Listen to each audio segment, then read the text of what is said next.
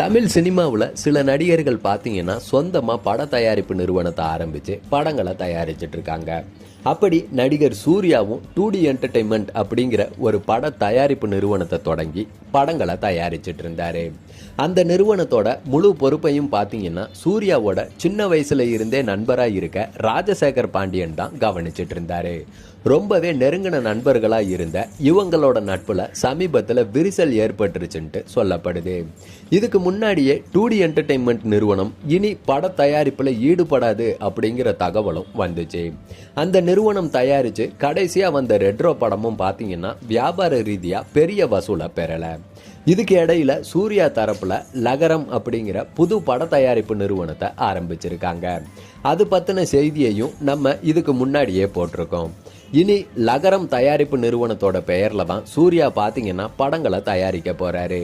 இந்த நிறுவனத்தோட முதல் தயாரிப்பு பத்தி தீபாவளி அன்னைக்கோ இல்ல தீபாவளிக்கு அப்புறமோ அறிவிப்பு வரலான்ட்டு சொல்லப்படுது.